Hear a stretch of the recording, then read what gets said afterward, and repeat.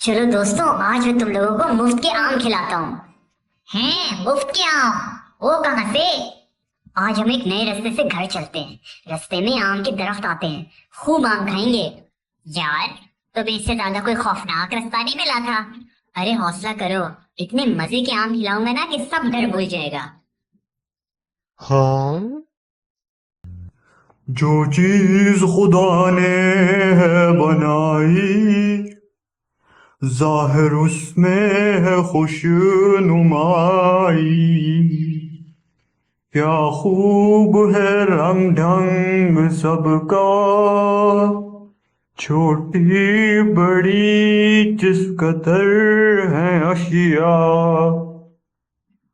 नन्ही कलियां चटक रही हैं, छोटी चिड़िया फुदक रही हैं। अरे भागो भागो, ये बुढ़ा तो हमें चिड़िया बना के खा जाएगा।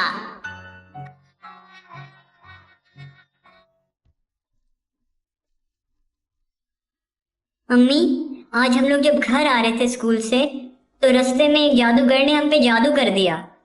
अम्मी, उसने हमें देख के बोला, जो चीज खुदा ने है बनाई, जाहिर उसमें है खुशनुमाई।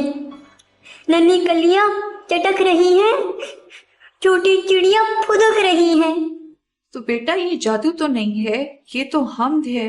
अम्मी, ये हमद क्या होता है? बेटा ऐसी नज़म जिसमें अल्लाह की तारीफ बयान की जाए उसे हमद कहते हैं। अम्मी, मुझे तो बुजुर्ग की कोई बात नहीं समझ आई। बेटा मैं आपको इसकी तशरीह करके देती हूँ, फिर समझ आ जाएगा आपको। तशरीह? ये क्या होता है अम्मी? बेटा किसी शेर के मतलब को तफसील से बयान करने को तशरीह करना कहते हैं। जो चीज खुदा ने है बनाई, जाहिर उसमें है खुशनुमाई।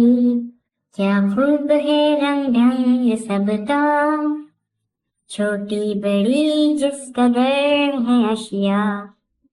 हर चीज की है अदा निराली, हिकमत से नहीं है कोई खाली। जो चीज़ खुदा ने है बनाई, जाहिर उसमें है खुशनुमाई।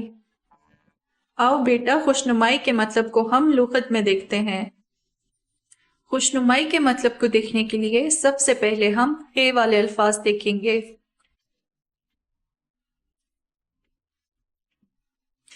अब हम हे और वाव वाले अल्फाज देखते हैं।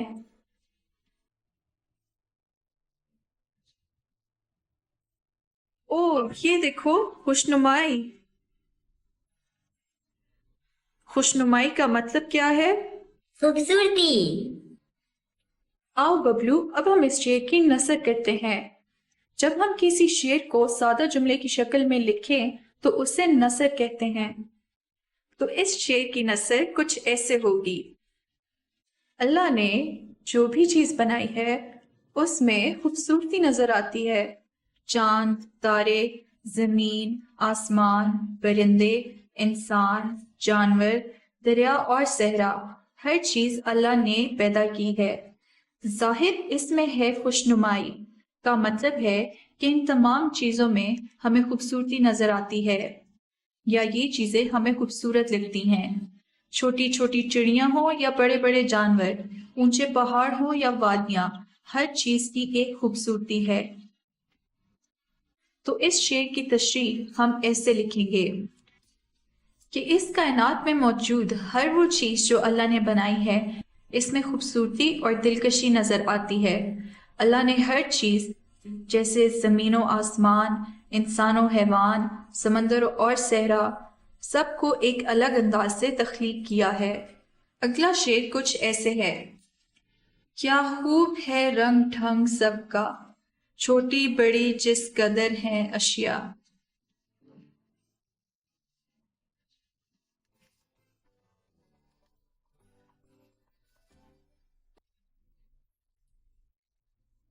इसमें रंग ढंग का क्या मतलब है? नहीं पता।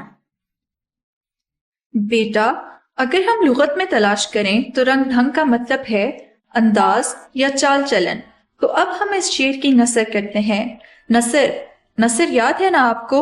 जी अम्मी, किसी शेर को जब सादा जुमले की शक्ल में लिखते हैं तो उसे नसर कहते हैं। जी, तो शेर है, क्या खूब है रंग ढंग सबका।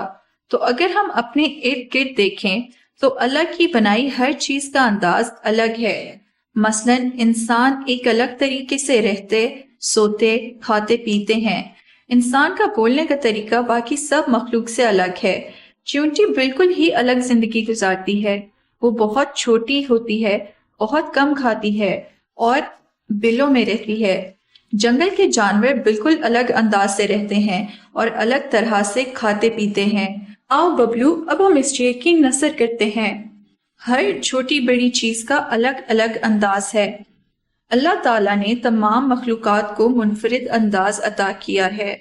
छोटी चींटी हो या हाथी जैसा बड़ा जानवर, सबकी अपनी खूबियां हैं। तीसरा शेर कुछ ऐसे है, हर चीज की है अदा निराली, हिकमत से नहीं कोई हाली। आखिर अदा का क्या मतलब है?